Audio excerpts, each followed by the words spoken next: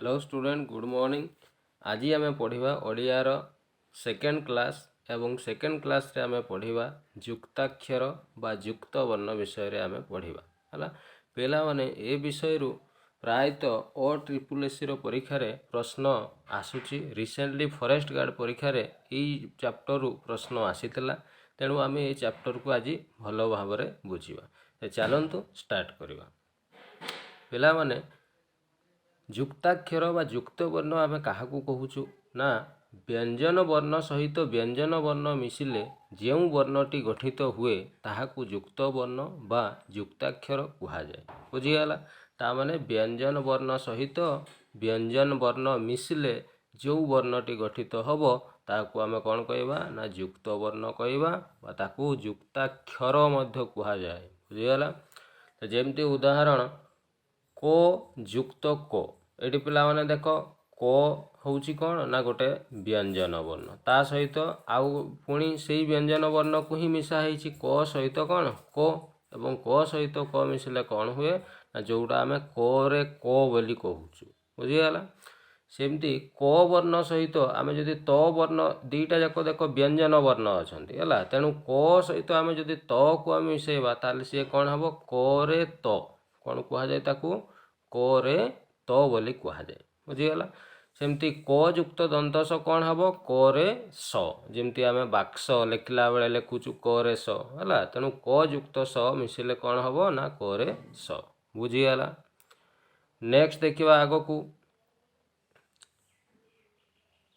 देख को युक्त मूर्धनिश यहाँ पिला माने बहुत इंपोर्टेंट परीक्षा रे ये बारंबार प्रश्न आसी बहुत थर कौन ना को युक्त मूर्धनिश जदि आम करवा ताहले से मिसिकी कौन हम ना क्ष हम कौन हम क्ष। बुझीगला?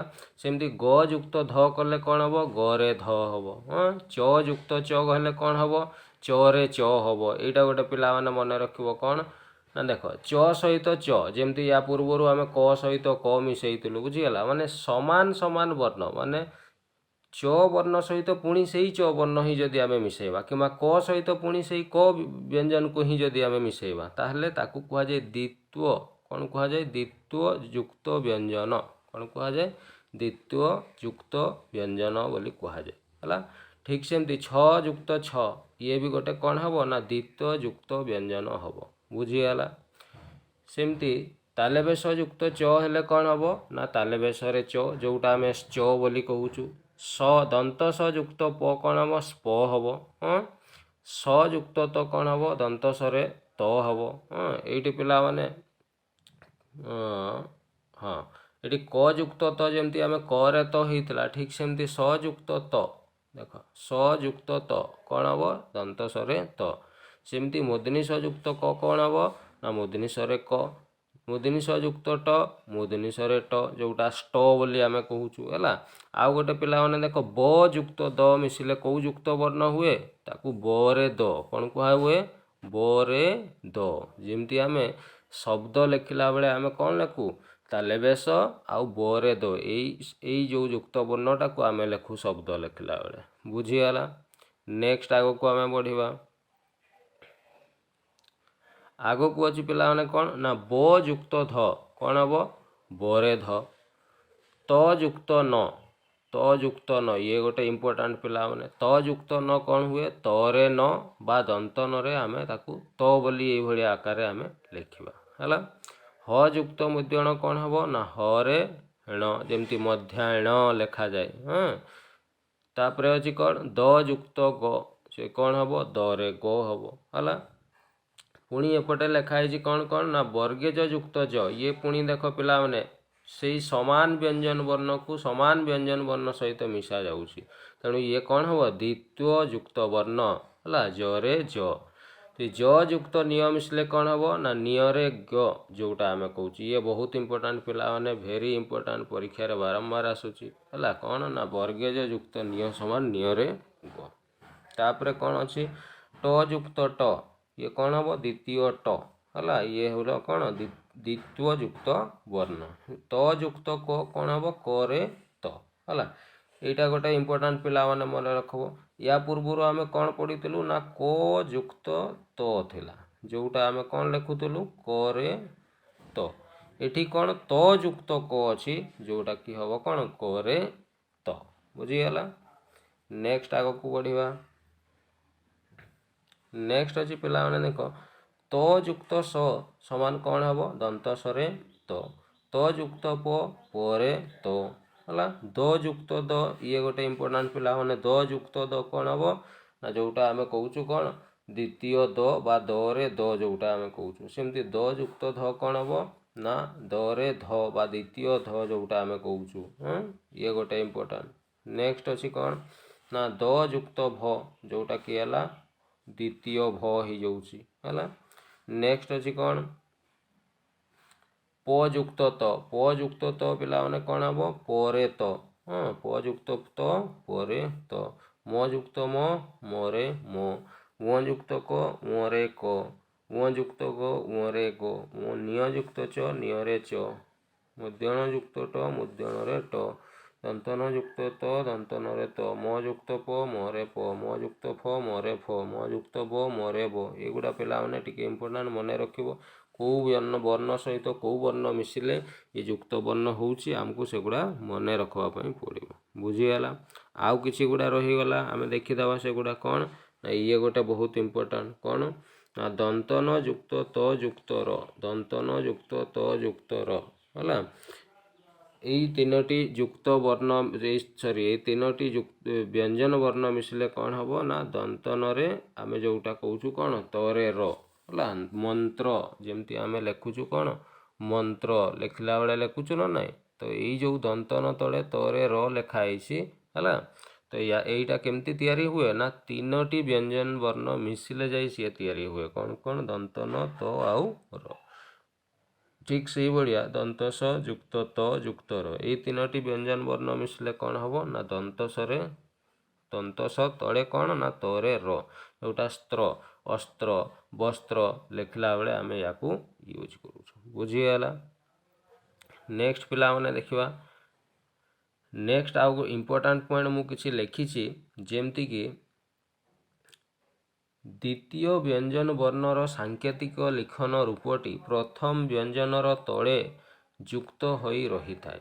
ତା ଅର୍ଥ ଦେଖ ଦ୍ୱିତୀୟ ବ୍ୟଞ୍ଜନ କହିଲେ ମୁଁ ଯେମିତି ଉଦାହରଣ କ ଯୁକ୍ତ ତ ଏଠି ଦୁଇଟି ବ୍ୟଞ୍ଜନ ବର୍ଣ୍ଣ ମୁଁ ଲେଖିଛି ହେଲା। କେତୋଟି ବ୍ୟଞ୍ଜନ ବର୍ଣ୍ଣ ଲେଖିଛି ମୁଁ ଦୁଇଟି ବ୍ୟଞ୍ଜନ ବର୍ଣ୍ଣ ଲେଖିଛି।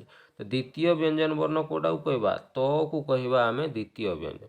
ତ ଦ୍ୱିତୀୟ ବ୍ୟଞ୍ଜନ ବର୍ଣ୍ଣର ସାଙ୍କେତିକ ରୂପଟା ଯେତେବେଳେ ଆମେ ଯୁକ୍ତ ବର୍ଣ୍ଣ କରୁଛୁ ସେତେବେଳେ କ'ଣ ନା ପ୍ରଥମ ଯୁକ୍ତ ବର୍ଣ୍ଣର ତଳେ ପ୍ରଥମ ଯୁକ୍ତ ବର୍ଣ୍ଣ କ'ଣ ଅଛି କ ଅଛି ତା ତଳେ ଆମେ ଦ୍ୱିତୀୟ ଯୁକ୍ତ ବର୍ଣ୍ଣକୁ ଆମେ ତ ଲେଖି ଦେଉଛୁ। ବୁଝିଗଲା। ତେଣୁ ସବୁବେଳେ ଯୁକ୍ତ ବ୍ୟଞ୍ଜନ ବା ଯୁକ୍ତାକ୍ଷର ଲେଖିଲା ବେଳେ ଦ୍ୱିତୀୟ ବ୍ୟଞ୍ଜନ ବର୍ଣ୍ଣର ସାଙ୍କେତିକ ରୂପକୁ ଆମେ ପ୍ରଥମ ବ୍ୟଞ୍ଜନ ବର୍ଣ୍ଣର ତଳେ ଲେଖିଥାଉ। ବୁଝିଗଲା। ନେକ୍ସଟ ଆଗକୁ ଆମେ ବଢ଼ିବା। ନେକ୍ସଟ କ'ଣ ଅଛି ନା ଦ୍ୱିତୀୟ ରୁଲ୍ ଅଛି ପିଲାମାନେ ଯୁକ୍ତ ବର୍ଣ୍ଣ ଗଠନ ବେଳେ ଯଦି ର ବର୍ଣ୍ଣ ଆରମ୍ଭରେ ରୁହେ ଇଏ ଗୋଟେ ବହୁତ ଇମ୍ପୋର୍ଟାଣ୍ଟ ପଏଣ୍ଟ। ଯେତେବେଳେ ଆମେ ଯୁକ୍ତ ବର୍ଣ୍ଣ ଗଠନ କରୁଛୁ ଯଦି ର ବର୍ଣ୍ଣଟା ଆରମ୍ଭରେ ରୁହେ ତାର ସଂକ୍ଷିପ୍ତ ରୂପକୁ ଆମେ ରେଫ୍ ବୋଲି କହୁ। କ'ଣ କହୁଛୁ ରେଫ୍। କିନ୍ତୁ ଦ୍ୱିତୀୟ ବର୍ଣ୍ଣର ଉପର ଭାଗରେ ଡାହାଣ ପାର୍ଶ୍ୱରେ ଲାଗିକରି ରେଫ୍ ଚିହ୍ନ ଆମେ ଯୋଗ କରୁ। ଯେମିତି ର ଯୁକ୍ତ କ ହେଲେ କ'ଣ ହେବ ନା କରେ ରେଫ୍ କ'ଣ ହେବ କରେ ରେଫ୍ ହେଲା। ଯେମିତି ଉଦାହରଣ ଯେତେବେଳେ ଆମେ ଅର୍କ କହୁଛୁ କ'ଣ କହୁଛୁ ଅର୍କ କହିଲା ବେଳେ ଆଗ ର ଆସୁଛି ତାପରେ କ'ଣ ଆସୁଛି କ ଆଗ କ'ଣ ଆସୁଛି ର ତାପରେ କ'ଣ ଆସୁଛି ନା କ। ଯେହେତୁ ର କେଉଁଠି ଆସୁଛି ଯେତେବେଳେ ଯୁକ୍ତ ବର୍ଣ୍ଣ କରାହେଉଛି ପ୍ରଥମରେ ଆରମ୍ଭରେ ଆସୁଛି ତେଣୁ ଯେତେବେଳେ ଆମେ ତାର ସଂକ୍ଷିପ୍ତ ରୂପ ଲେଖିବା ସେତେବେଳେ ଦ୍ୱିତୀୟ ବର୍ଣ୍ଣ କ'ଣ ଅଛି କ ଅଛି। ତେଣୁ ଏଇ କର ଉପର ଭାଗରେ ଆମେ କ'ଣ ନା ରେଫ୍ ଚିହ୍ନଟେ ଲଗେଇଦେବା। କର ଉପର ଭାଗରେ ରେଫ୍ ଚିହ୍ନ ଲଗେଇବା। ବୁଝିଗଲା। ତେଣୁ ଏଇଠୁ ଆମେ ଶିଖିଲୁ କ'ଣ ନା ର ବର୍ଣ୍ଣ ଯଦି ଆରମ୍ଭରେ ଥିବ ତାହେଲେ ତାର ସଂକ୍ଷିପ୍ତ ରୂପ ଯେତେବେଳେ ଆମେ ଲେଖିବା ସେତେବେଳେ ଦ୍ୱିତୀୟ ବର୍ଣ୍ଣର ଉପରେ ଆମେ ରେଫ୍ ଚିହ୍ନ ଲଗେଇବା। ବୁଝିଗଲା। ନେକ୍ସଟ ଆଗକୁ ଆମେ ବଢ଼ିବା। ନେକ୍ସଟ ପଏଣ୍ଟ ଅଛି ପିଲାମାନେ କ'ଣ ନା ର ଯଦି ଦ୍ୱିତୀୟ ବର୍ଣ୍ଣ ରୂପେ ମିଶେ ସେଇଠି ଥିଲା କ'ଣ ରଟା ପ୍ରଥମ ବର୍ଣ୍ଣରେ ଥିଲା। ଏବେ ର ଯଦି ଦ୍ୱିତୀୟ ବର୍ଣ୍ଣ ରୂପେ ମିଶିକି ରହୁଛି ତାହେଲେ ସେଇଟା ରେଫ୍ ନ ହେଇକି ର ଫଳା କ'ଣ ହୁଏ ରେଫ୍ ନ ହେଇକି ର ଫଳା। ଯେମିତି ମୁଁ ଗୋଟେ ଉଦାହରଣ ଏଠି ଲେଖା ହେଇଛି କ'ଣ ନା ଚକ୍ର। ଆମେ ଯେତେବେଳେ ଚକ୍ର କହୁଛୁ ଚ କ ର ମାନେ ରଟା ଆଗରୁ ଆସୁନି, ର କର ପରେ, କର କ'ଣ ନା ପରେ ଆସୁଛି କିଏ ର। ଆଗରୁ କ'ଣ ହେଉଥିଲା ରଟା ଆରମ୍ଭରେ ଆସୁଥିଲା, ଏବେ ର ପରେ। ର ଯେତେବେଳେ ପରେ ଆସେ, ଯେତେବେଳେ ଯୁକ୍ତ ବ୍ୟଞ୍ଜନ ଗଠନ କରାଯାଏ ସେତେବେଳେ ସେଇଟା ରେଫ୍ ନ ହେଇକି ସେ କ'ଣ ହେଇଯାଏ ନା ର ଫଳା ହେଇଯାଏ, ବୁଝିଗଲା। ସେଥିପାଇଁ ଚ ଆଉ କ'ଣ କରେ ର ଫଳା ଲାଗି ଚକ୍ର। ସେମିତି କ'ଣ ହେବ ବକ୍ର, କ'ଣ ହେବ କ୍ରମ, ବୁଝିଗଲା ପିଲାମାନେ। ତ ଦୁଇଟା ପଏଣ୍ଟ ମନେ ରଖିବ, ର ଯଦି ପ୍ରଥମରେ ବ୍ୟବହାର ହେଇଥିବ ଏବଂ ଆମେ ଯୁକ୍ତ ବର୍ଣ୍ଣ ଗଠନ କରୁଥିବା ତାହେଲେ ସିଏ ରେଫ୍ରେ ପରିଣତ ହେଇଯାଏ ଏବଂ ରେଫ୍ଟା ଦ୍ୱିତୀୟ ବର୍ଣ୍ଣର ଉପରେ ଲଗାଯାଏ। ଏବଂ ର ଯଦି ଦ୍ୱିତୀୟ ବର୍ଣ୍ଣ ରୂପେ ମିଶିକି ଥିବ ତାହେଲେ ଯେତେବେଳେ ଆମେ ଯୁକ୍ତ ବର୍ଣ୍ଣ କରୁଛୁ ସିଏ କ'ଣ ହେଇଯିବ ନା ଫଳା, କ'ଣ ହେଇଯିବ ଫଳାରେ ପରିଣତ ହେବ। କେଉଁ ଫଳା ନା ର ଫଳାରେ ସିଏ ପରିଣତ ହେଇଯିବ, ବୁଝିଗଲା। ନେକ୍ସଟ ପଏଣ୍ଟ ଆମେ ଦେଖିବା, ଥାର୍ଡ଼ ପଏଣ୍ଟ ଅଛି ପିଲାମାନେ କ'ଣ ନା ଗୋଟିଏ ନିର୍ଦ୍ଦିଷ୍ଟ ବ୍ୟଞ୍ଜନ ସହିତ ସେହି ବ୍ୟଞ୍ଜନ ପୁନର୍ବାର ମିଶି ଓଡ଼ିଆରେ ଦ୍ୱିତୀୟ ବ୍ୟଞ୍ଜନ। ମୁଁ ଯେଉଁଟା ଆଗରୁ ସେତେବେଳେ ମୁଁ କହୁଥିଲି ଗୋଟିଏ ନିର୍ଦ୍ଦିଷ୍ଟ ବ୍ୟଞ୍ଜନ ସହିତ ସେହି ବ୍ୟଞ୍ଜନ ହିଁ ଦୁଇଥର, ମାନେ ଗୋଟେ ବ୍ୟଞ୍ଜନ ବର୍ଣ୍ଣ ହିଁ ଦୁଇଥର ମିଶୁଥିବ। ଯେମିତି ଚ ଯୁକ୍ତ ଚ ଅଛି, ତାହେଲେ ସେ ଗୋଟେ ବ୍ୟଞ୍ଜନ ବର୍ଣ୍ଣ ହିଁ ଦୁଇଥର ମିଶୁଛି କି ନାହିଁ। ଟ ଯୁକ୍ତ ଟ ପୁଣି ଗୋଟେ ବ୍ୟଞ୍ଜନ ବର୍ଣ୍ଣ ହିଁ ଦୁଇଥର ମିଶୁ। ତେଣୁ ଏଇଭଳିଆ ଗୋଟେ ବ୍ୟଞ୍ଜନ ବର୍ଣ୍ଣ ଦୁଇଥର ମିଶିଲେ ତାକୁ ଦ୍ୱିତୀୟ ବ୍ୟଞ୍ଜନ କ'ଣ କୁହାଯାଏ ନା ଦ୍ୱିତୀୟ ବ୍ୟଞ୍ଜନ, ବୁଝିଗଲା। ତ ଏତିକି ଜିନିଷ ଆଜିର ଚାପ୍ଟରରେ ଯେଉଁ ଆମେ ପଢ଼ିଲୁ କ'ଣ ନା ଯୁକ୍ତାକ୍ଷର ଚାପ୍ଟରରେ ଏତିକି ଜିନିଷ ଥିଲା। ତ ପିଲାମାନେ ଆଶା କରୁଛି ବୁଝିପାରିଛ ସମସ୍ତେ। ତ ଏଗୁଡ଼ା ଯେଉଁ ସବୁ ନୋଟ୍ସ ମୁଁ ସବୁ ତୁମକୁ ଆଜି ପଢ଼େଇଲି ଏଗୁଡ଼ାକୁ ଭଲ ଭାବରେ ଆମେ ଲେଖିକି ରଖିବା ଏବଂ ଏକ୍ଜାମ୍ ଟାଇମ୍ରେ ଇଏ ରିଭିଜନ୍ କରିବା ପାଇଁ ଆମକୁ ବହୁତ ହିଁ ହେଲ୍ପଫୁଲ୍ ରହିବ।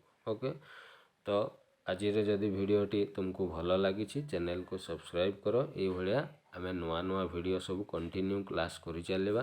ଓଡ଼ିଆ କ୍ଲାସ୍ ସହିତ ରିସେଣ୍ଟଲି ତୁମର ଅଲଗା ଚାପ୍ଟର ଅଲଗା ସବଜେକ୍ଟର ବି କ୍ଲାସ୍ ମଧ୍ୟ ଆରମ୍ଭ ହେବ। ଓକେ, ଥ୍ୟାଙ୍କ ୟୁ ପିଲାମାନେ।